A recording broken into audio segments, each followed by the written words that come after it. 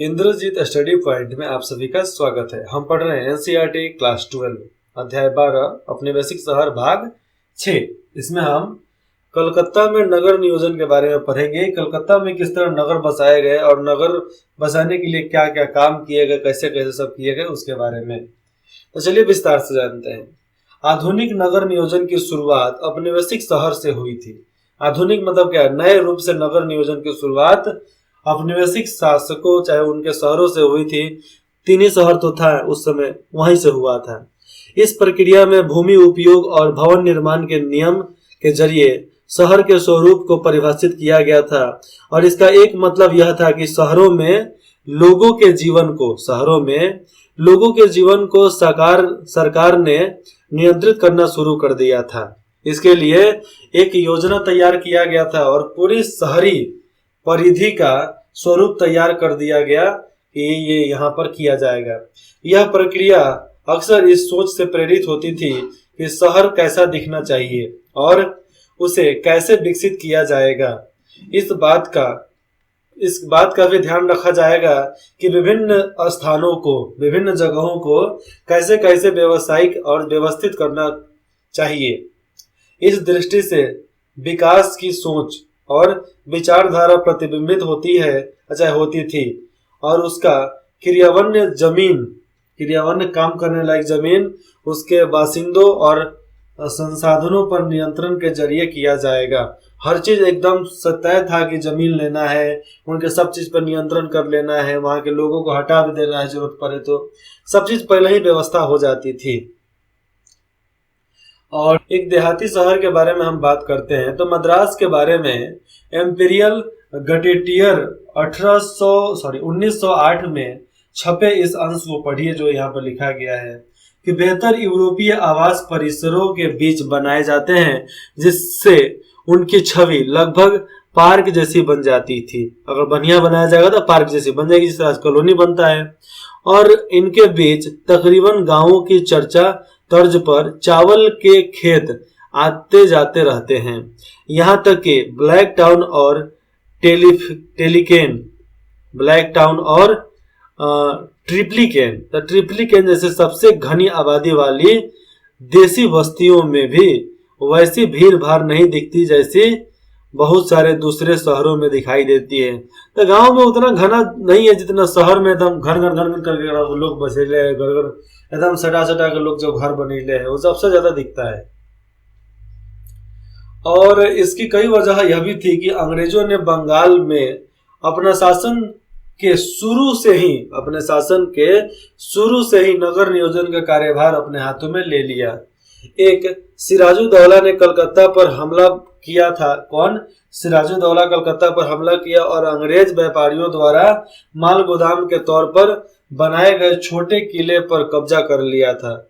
East India company के व्यापारी नवाब की संप्रभुता पर लगातार सवाल उठा रहे थे। वे न तो कस्टम ड्यूटी चुकाना चाहते थे अंग्रेज और ना ही कुछ करना चाहते थे। उनको तो सत्ता चाहिए ना, यहाँ पर एकदम कब्जा जमाने के लिए आए थे। लेकिन सिराजुद्दौला नहीं मानेगा कि नहीं, यहाँ पर जो होगा हमरे अलावा कुछ नहीं। और न ही नवाब द्वारा तय किए गए कारोबार की शर्तों पर काम कर रहे थे, उससे आगे हटकर काम कर रहे थे। सिराजुद्दौला अपनी ताकत का लोहा मनवाना चाहते थे, इसीलिए उन लोगों को खदेड़ना भी चाहते थे।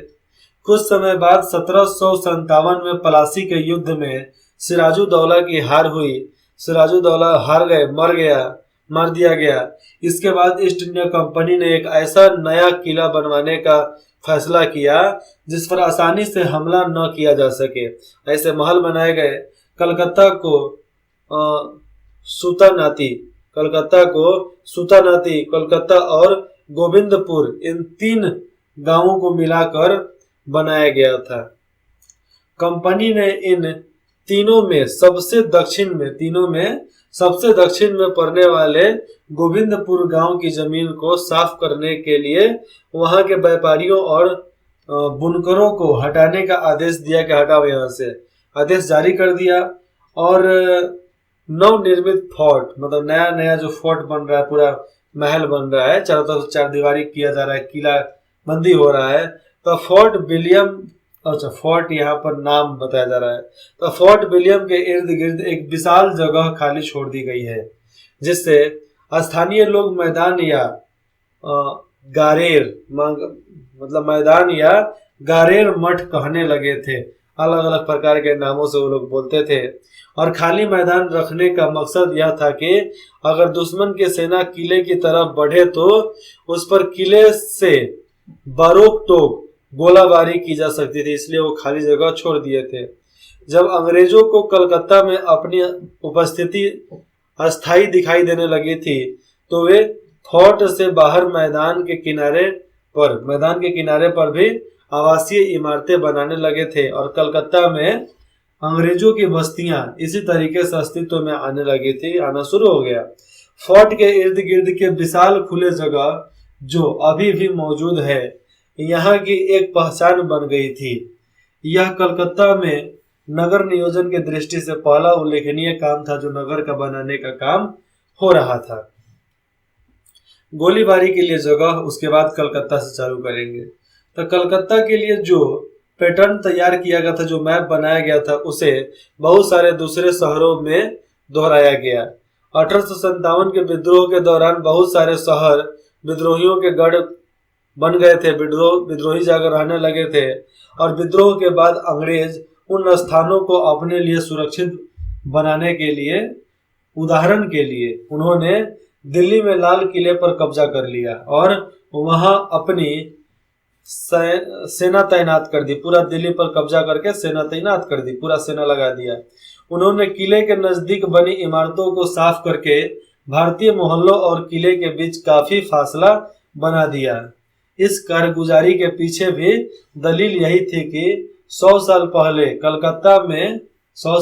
कलकत्ता में दी गई थी क्या दलीलें। अगर कभी शहर के लोग दोबारा फिरंगी राज के खिलाफ खड़े हो जाए, तो उन पर गोली चलाने के लिए खुली जगह जरूरी थी। ये सब मान कर ये लोग आगे चलते थे, खाली जगह रखो कि गोली चलाने में आसानी रहेगा। कलकत्ता की बात कर लेंगे तो कलकत्ता में नगर नियोजन का इतिहास केवल फोर्ट विलियम और मैदान के निर्माण के साथ पूरा होने वाला नहीं था। फोर्ट विलियम और मैदान बनवा दिए, उससे भी कुछ पूरा होने वाला नहीं था। 1798 में लॉर्ड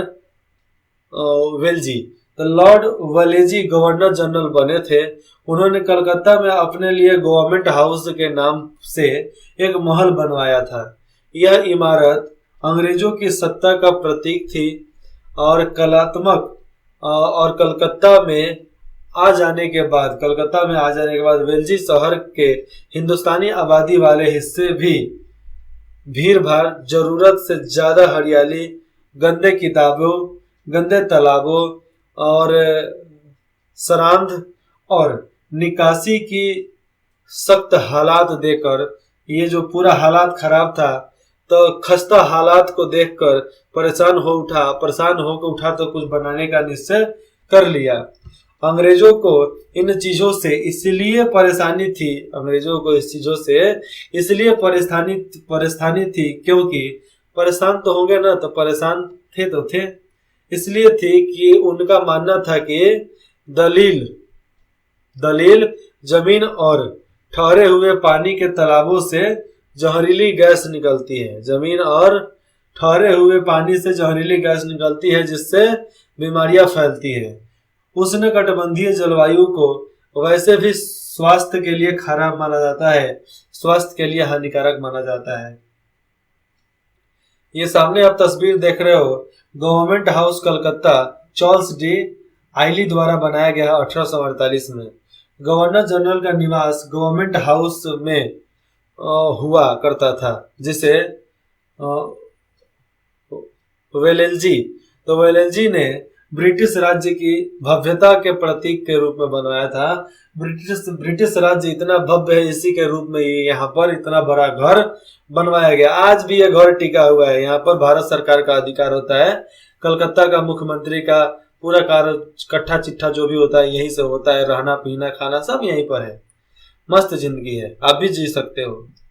12.20 कलकत्ता में चितपुर रोड की तरफ जाते हुए रास्ते में पड़ने वाला एक बाजार है। शहर के स्थानीय समुदायों के लिए बाजार व्यवसायिक और सामाजिक दोनों तरह के विनिमय का स्थान था और यूरोप के लोग बाजार को देखकर आकर्षित भी होते थे, लेकिन उससे भीड़ भाड़ और गंदा भी मानते थे। बाजार के भीड़ भाड़ को देखकर लोग अच्छा भी मानते थे, लेकिन इसी बाजार को कितने लोग बीमारियों का जड़, गंदगी सब मानते थे। एक से एक भला बुरा जितना बोलना था सब बोल लेते थे। क्या चीज का दिक्कत है, अपना थोड़े है कुछ भी। इसलिए हम बात करेंगे कि हानिकारक और शक्ति का क्षय, हानिकारक और शक्ति का घमंड करने वाला माना जाता है, क्योंकि जो शक्ति का घमंड करेगा धीरे धीरे वो खत्म होते जाएगा। ये मानना सही है कि मान सकते हो। शहर को ज्यादा स्वास्थ्य परक बनाने के लिए एक तरीका यह ढूंढा गया था कि शहर में खुले स्थान छोड़े जाए और वेलेजी ने 1803 में नगर नियोजन की आवश्यकताओं पर प्रकाशिकीय आदेश जारी कर दिया कि नगर नियोजन ऐसे ही होगा। और इस विषय में कई कमेटियों का गठन किया गया और बहुत सारे बाजारों, घाटों, कब्रिस्तानों और चरम शोधन इकाइयों को साफ किया गया और हटा दिया गया वहां से। इसके बाद जन स्वास्थ्य एक ऐसा विचार बन गया था जिसके शहरों की सफाई और नगर नियोजन परियोजनाओं में बार बार दुहाई दी जाने लगी थी कि ऐसा ऐसा होगा, ऐसा ऐसा होगा। वेल्जी की विदाई के बाद नगर नियोजन का काम सरकार की मदद से लॉटरी कमेटी 1817 ने जारी रखा। लॉटरी कमेटी का यह नाम इसलिए पड़ा क्योंकि नगर सुधार के लिए पैसे की आवश्यकता जनता के बीच लॉटरी बेचकर ही की जाती थी। समझना यहाँ पर लॉटरी का कारोबार कहाँ से शुरुआत हुआ, मैं यहाँ से बताना चाहता हूँ आप लोगों को। लॉटरी कमेटी का यह नाम इसलिए रखा गया, फिर से बताता हूँ। वेलेजी की विदाई के बाद नगर नियोजन का काम सरकार की मदद से लॉटरी कमेटी ने जारी रखा कि हम करेंगे। तो लॉटरी कमेटी का यह नाम इसलिए पड़ा क्योंकि नगर सुधार के लिए पैसे की व्यवस्था जनता के बीच लॉटरी बेचकर ही की जाती थी। और लॉटरी बहुत ज्यादा बंगाल में आज भी बिकता है। इसका मतलब यह है कि 19वीं सदी के शुरुआती दशकों तक शहर के विकास के लिए पैसे की व्यवस्था करना अभी भी केवल सरकार की ही नहीं बल्कि संवेदनशील नागरिकों की जिम्मेदारी ही माना जाता था कि लॉटरी खेलेंगे खिलाएंगे, उसके वजह से यहाँ पर पैसा आएगा तो हम रोजगार बनाएंगे। तो लॉटरी कमेटी ने शहर का एक नया नक्शा बनवाया जिससे कलकत्ता की एक मुकम्मल तस्वीर सामने आ गई थी। कमेटी की प्रमुख गतिविधियों में शहर के हिंदुस्तानी आबादी वाले हिस्से में सड़क निर्माण और नदी किनारे से अवैध कब्जे हटाना शामिल था। सड़क निर्माण और अवैध कब्जा को हटाना ये सब शामिल हो चुका था। शहर के भीतरी हिस्से में हिस्से को साफ सुथरा बनाने की मुहिम चलाई गई। उसके लिए कमेटी ने बहुत सारी झोपड़ियों को साफ करवा दिया और मेहनतकश गरीबों को वहां से बाहर निकाल दिया गया। उन्हें कलकत्ता के बाहरी किनारे पर जगह दी गई और कलकत्ता के बाहरी किनारे पर उनको रख दिया गया था। अब हम देखते हैं हर तरह की गड़बड़ियों को नियंत्रित करने के लिए क्या क्या किया गया था। तो कहीं ना कहीं हर प्रकार की गड़बड़ी तो होता ही है, उसको नियंत्रित करने के लिए हमें काम भी करना पड़ता है।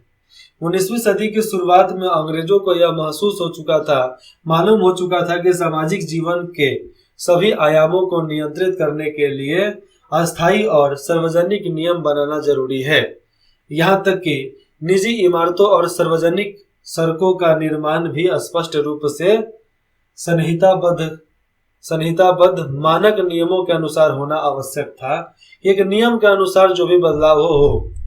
वेलेजी ने कलकत्ता मिंटस 1803 में लिखा था। उसमें लिखता है कि यह सरकार की बुनियादी जिम्मेदारी है कि वह इस विशाल शहर में सड़कों, नालियों और जलमार्ग से सुधार की एक समग्र व्यवस्था बनाकर तथा मकानों और सार्वजनिक भवनों के निर्माण और प्रसार के बारे में अस्थायी नियम बनाकर और हर तरह की गड़बड़ियों को नियंत्रित करने के अस्थायी नियम बनाकर यहाँ के निवासियों को स्वास्थ्य सुरक्षा और सुविधा उपलब्ध करवाए, कि वहां के नागरिकों को आसानी मिल सके, सहायता हो सके। अगले कुछ दशक मतलब 10-20 सालों में महामारी की आशंका से नगर नियोजन की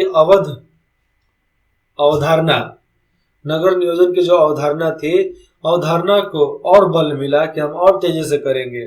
1857 में हैजा फैलने लगा था बहुत तेजी से। 1896 में फ्लैग ने शहर को अपनी चपेट में ले लिया। चिकित्सा विज्ञान अभी भी बीमारियों की वजह स्पष्ट कर रहे थे। सब सरकार की बात कर ले तो सरकार ने उस समय के स्वीकृत सिद्धांत जीवन प्रतिनिधियों और बीमारियों के फैलाव के बीच सीधा संबंध होता था। इसके अनुसार कार्रवाई की गई कि ऐसे बात को रोका जाए। जिस तरह कोरोना में लॉकडाउन हुआ, लॉकडाउन में पूरा लॉकडाउन घेराबंदी हो जाता था, नहीं निकलना है, कोरोना हो गया अंदर रहो, तो ये सब चीज वहां पर भी चालू किए गए थे। इस सोच को द्वारिकानाथ टैगोर और रुस्तम मर्जी कोवासजी जैसे शहर के जाने माने हिंदुस्तानियों का समर्थन हासिल था, और उन लोगों का मानना था कि कलकत्ता को और ज्यादा स्वास्थ्यकर बनाना जरूरी है। कलकत्ता को स्वस्थ और बहुत ज्यादा स्वस्थकर बनाना जरूरी है, साफ सुथरा करना जरूरी है। घनी आबादी वाले इलाकों को अस्वच्छ माना जाता था, एकदम गंदा माना जाता था, क्योंकि वहां सूरज की रोशनी सीधे नहीं आ पाती थी और हवा निकासी का इंतजाम नहीं था। इसलिए कामकाजी लोगों की झोपड़ियों या बस्तियों को निशाना बनाया गया और उन्हें तेजी से हटाना के काम चालू हो गया और तेजी से उन लोगों को हटाकर फेंक दिया गया। मजदूर फेरी वाले कारीगर, बेरोजगार यानी शहर के गरीबों को एक बार फिर दूर वाले इलाकों में ढकेल दिया गया था। बार बार आग लगता ही था, पूरा झोपड़पट्टी होगा तो आग लगेगा, तो बार बार आग लगने से निर्माण नियम क्या होता है, कहीं भी निर्माण करते तो वहाँ पे एक कानून होता है ना, नियम होता है, तो निर्माण नियम में सख्ती की जरूरत दिखाई दे रही थी। उदाहरण के लिए बात कर लेंगे तो 1836 में इसी आशंका के चलते 1836 में यही कारण था जिसके वजह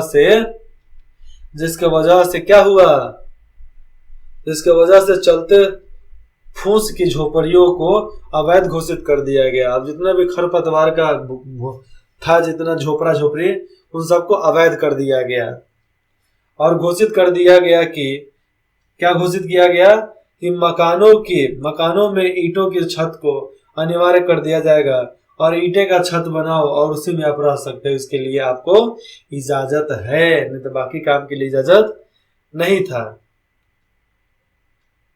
यहाँ पर देखना, बस्ती बंगला और हिंदी जिसको बंगाली कर दिया गया, इसका मतलब मूल रूप से मोहल्ला या बसावट हुआ करता था, लेकिन अंग्रेजों ने इस शब्द का अर्थ संकुलित कर दिया और उसे गरीबों की कच्ची झोपड़ियों के लिए इस्तेमाल किए जाने लगे। और 19वीं सदी के आखिर में ब्रिटिश दस्तावेजों में बस्तियों को गंदी झोपड़ियों के रूप में पेश किया गया था सामने, क्योंकि बस्ती को गंदा लोग मानते ही थे, इसमें बोलना क्या है दूसरी बात को। 19वीं सदी की बात कर लेंगे तो आते आते शहर में सरकारी दखल अंदाजी और ज्यादा सख्त हो चुकी थी, पूरा तरीके से निगरानी हो रहा था। वो जमाना लद चुका था जब नगर नियोजन को सरकार और निवासियों दोनों की साझा हिस्सेदारी माना जाता था और वित्त पोषण फंडिंग जो फंड किए जाते थे, पैसा आता था, तो सहित नगर नियोजन के सारे आयामों को सरकार ने अपने हाथों में ले लिया। इस आधार पर और ज्यादा तेजी से झुग्गियों को हटाया जाने लगा था।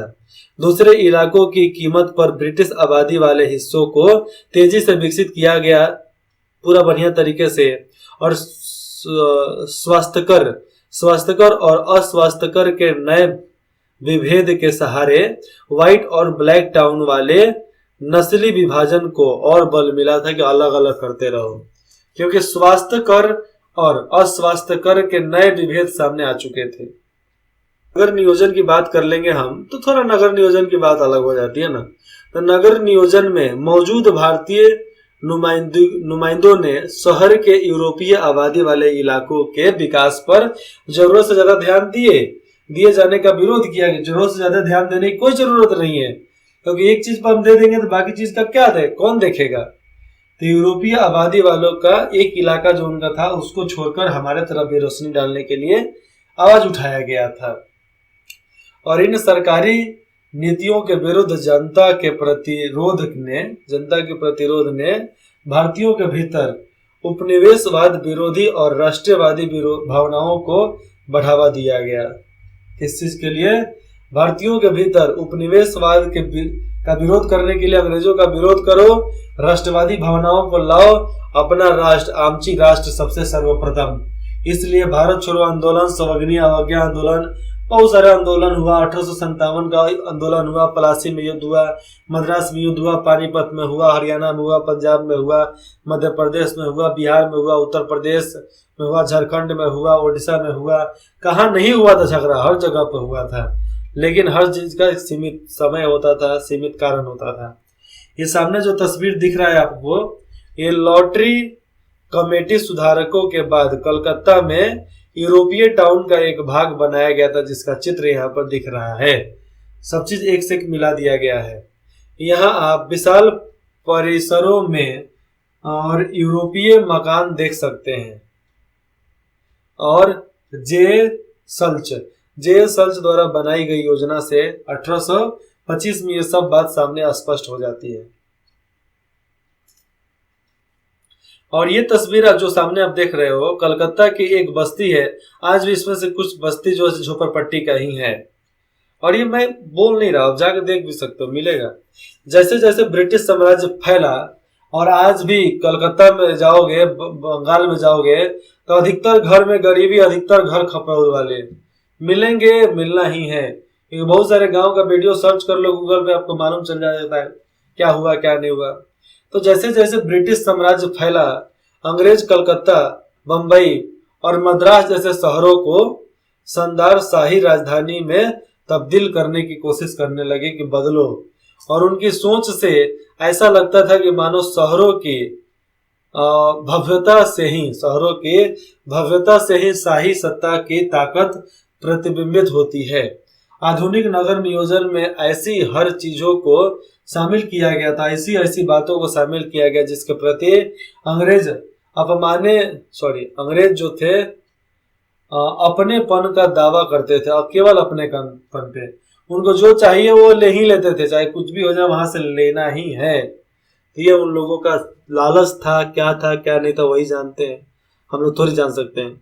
आधुनिक नगर नियोजन में ऐसी हर चीज को शामिल किया गया था जिसके प्रति अंग्रेज अपनेपन का दावा करते थे। और तर्कसंगत कर्म व्यवस्था सटीक कार्यान्वयन पश्चिमी सौंदर्यात्मक आदर्श के रूप में है। और सरकारों का साफ और व्यवसायिक नियोजित, देखना यहाँ पर कि शहरों का साफ और व्यवस्थित, नियोजित और सुंदर होना जरूरी था। हर चीज को एकदम व्यवस्था से होना, हर चीज स्वस्थ होना, साफ सुथरा दिखाई देना, एकदम सुंदर दिखाई देना, क्योंकि नगर नियोजन का मतलब ही था कि नगर को सुंदर बनाना। तो ये इन लोगों का काम था और ये लोग करने के लिए कभी पीछे नहीं हटे थे। जितना हो सका उतना किया, और नहीं तो मर गए। किया तो किया, नहीं तो मर गए। और करने वाले भाई छोड़ दो ना, उनकी क्या बोलो, क्या करे, उनको खुद समझ में आया कि नहीं आया, भगवान जाने। अगले भाग में हम बंबई में भवन निर्माण के बारे में पढ़ेंगे कि बंबई में क्या हुआ। कलकत्ता भवन निर्माण खत्म, मद्रास भवन निर्माण खत्म, अब आ जाता है क्या, बंबई का इलाका। तो बंबई का इलाका थोड़ा लॉन्ग है, अगले इस भाग में ले जाऊं तो बहुत बड़ा हो जाएगा ना, इसलिए इसको यहाँ पर खत्म करते हैं। आपको जो भी डाउट है आप हमें कमेंट कीजिए, विदिन 24 आवर में आपको रिप्लाई मिल जाएगा। चाहे आप कुछ भी कमेंट कर सकते हैं, मैसेज करते हैं, पूछना चाहते हैं पूछ सकते हैं। इंद्रजीत स्टडी पॉइंट में जुड़ने के लिए आप सभी का बहुत बहुत धन्यवाद।